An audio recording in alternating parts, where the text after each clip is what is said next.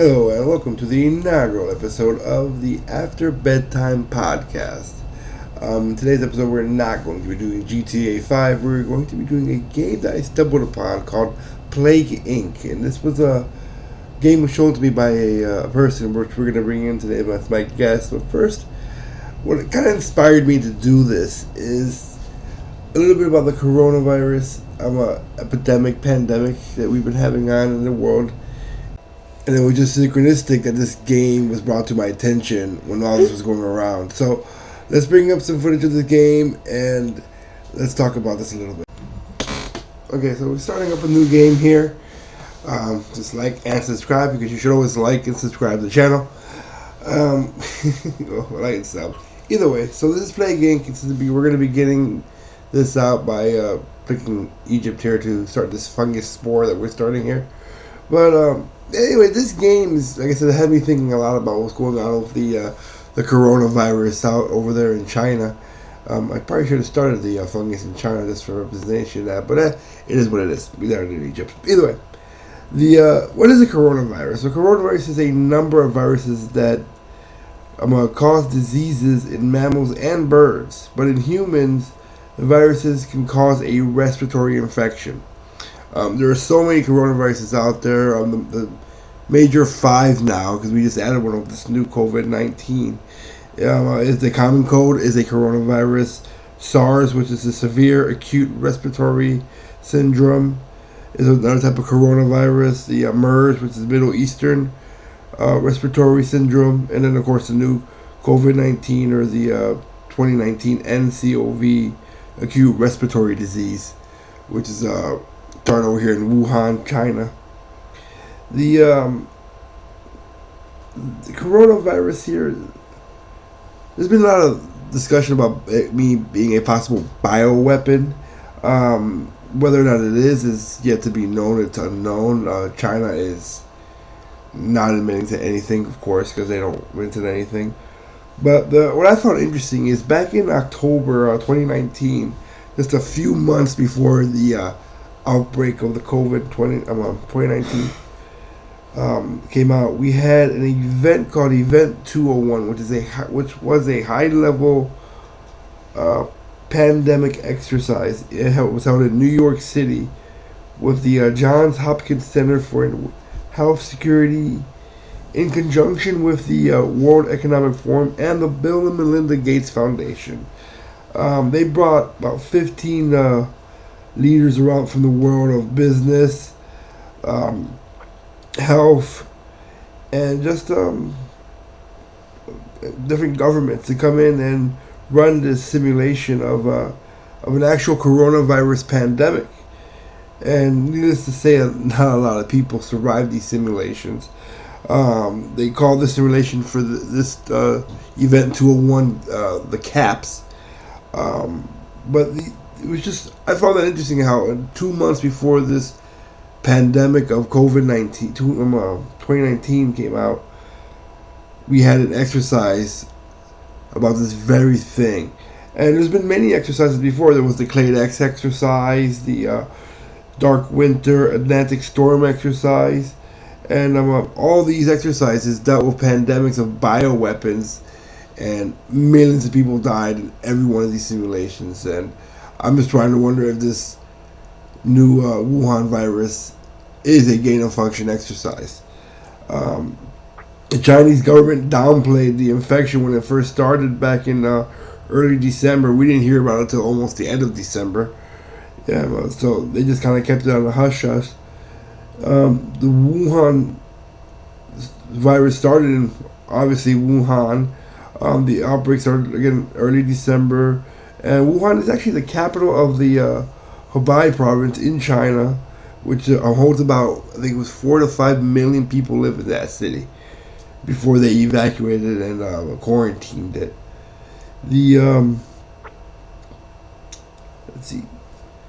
I think the virus has reached the 3rd stage already in China.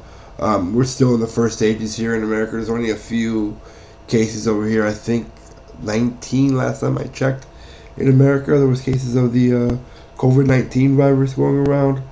I think it was Washington, Oklahoma was in there. I think California had a couple. Just a couple out there. What I found interesting is how the ophthalmologist Li Wen Ling, who's when COVID-19 first came out, was really outspoken about it, trying to get the Chinese government to talk about it, and they made him sign a NDA and confess that he was just lying about the virus and this and that. But then mysteriously he dies from this very virus weeks later. That's highly suspect to me. It's very suspicious, especially when you see news when you get seeing. I think it was up to 3 different Chinese officials that were in universities that were smuggling and trying to sneak viruses and containers of diseases back to China. Also, we had Dr. Charles Lieber, who was arrested with connections to the Chinese government for espionage. And I think he was actually being charged for lying to the Pentagon about his ties with the Chinese government. And he was getting... It was about, I think they found out $50,000 a month. So we're talking about millions of dollars for the past 3-4 years that this man has gotten from the Chinese government to give them our bioweapons secrets. That's just insane to me. But what I found was insane was this game. When it was brought to my attention, I've never heard of this game. This game, Plague Inc., has been out by... It came out back in October 4th of 2012, so it's been out for almost a decade now. In 8 years, this game has been out, and it's brought to you by miniclip.com. And it's been downloaded over 50 million times. It's got over 200 million gameplays on this game. So this game is pretty popular. I mean, just the heading of the game itself says about this game. It says, "Can you infect the world? Plague Inc. is a unique mix of highly strategy and terrifyingly realistic simulation." And that's what the gameplay you see behind me over here is. It's just gameplay of a game. I've been trying to get the fungus to spread the world. And I want to bring in my guest today because he the person who showed me this game. He's half of PS4 Boys for Life. It's Coolman. Let me get him on the line here. Coolman, you there? Yes, sir. You're the one who introduced me to this game and brought it to my attention. How did you first find out this game? A YouTuber, actually, I watch. Am I allowed to say the name? Don't worry about that. So you watch it on YouTube and yeah, I saw this YouTube. He just did something random, and I saw it, and I thought it looked very interesting. This is about maybe 3 or 4 years ago. So. Oh wow! This game's been yeah. And I got it, and I played it. I couldn't ever beat it, so I just deleted it. But I got it back, and then I decided, you know what? I'll show you.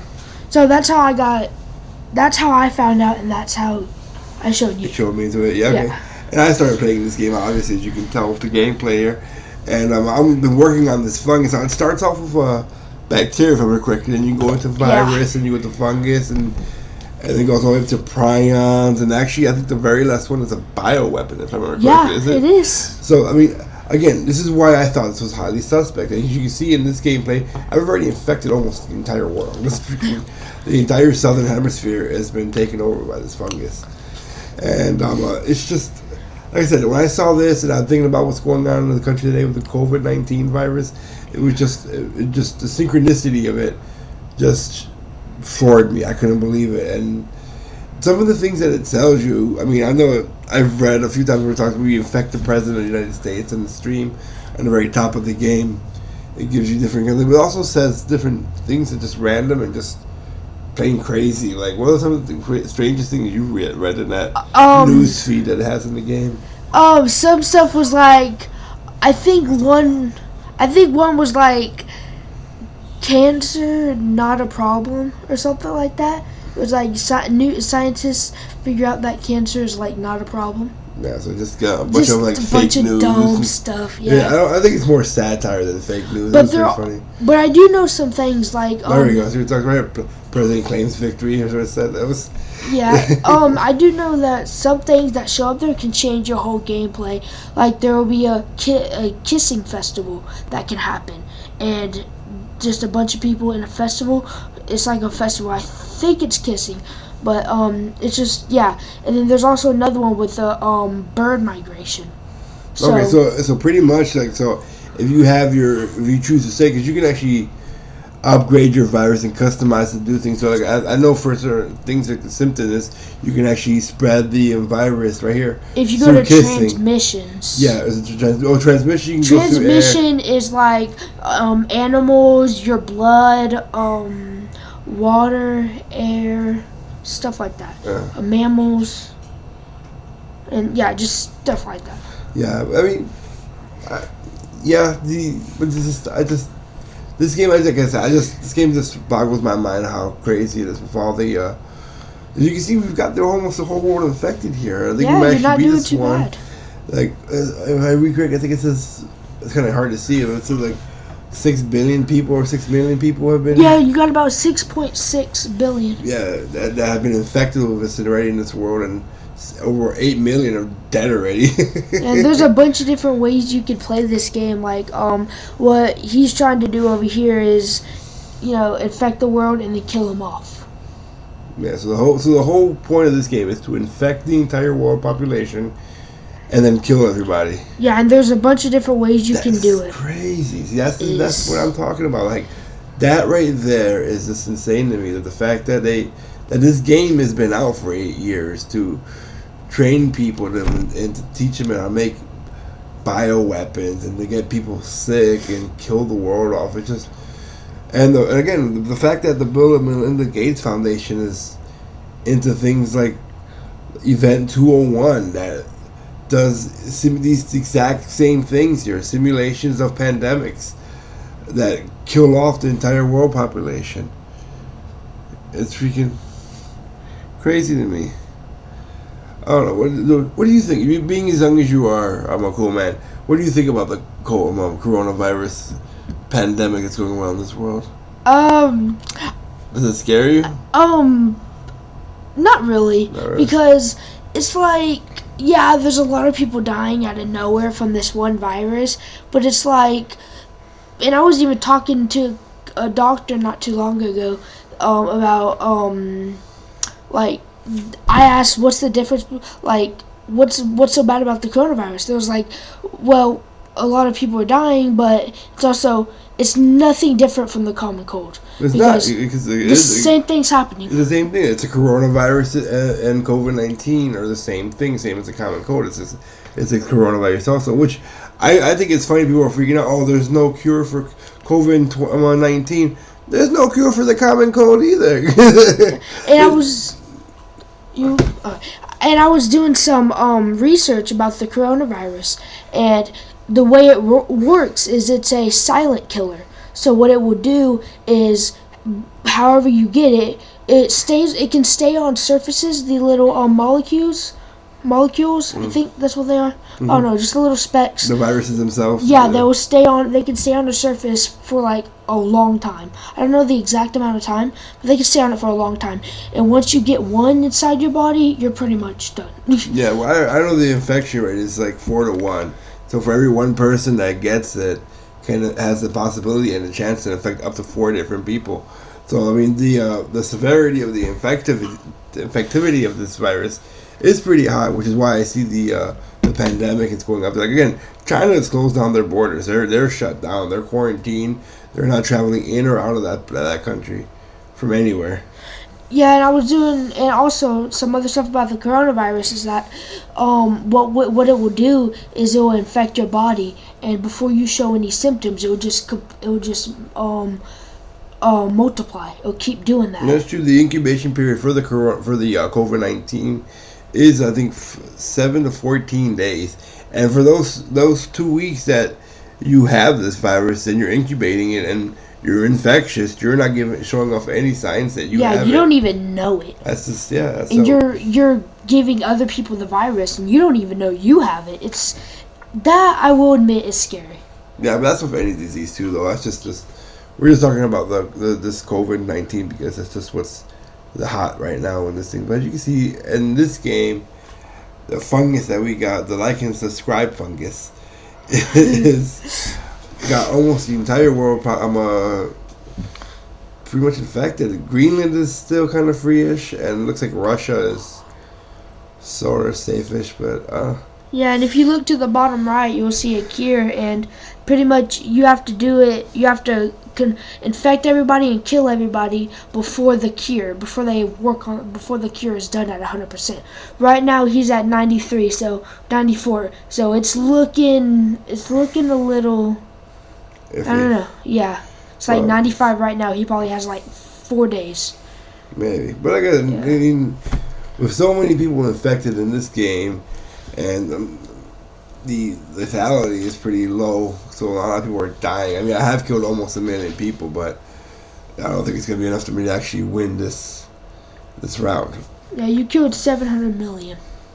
Yeah, 750 million, and it's still going up, but people are. And it's at 100% right now, so. Yeah, so they got the cure, so it looks like I'm going to lose this one. Well, thanks for watching, guys. That was the inaugural episode of the After Bedtime podcast. I can't guarantee when we're going to do this again. I'm going to try to do this as often as I can.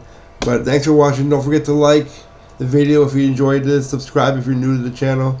And we'll see you guys next time at the After Bedtime podcast.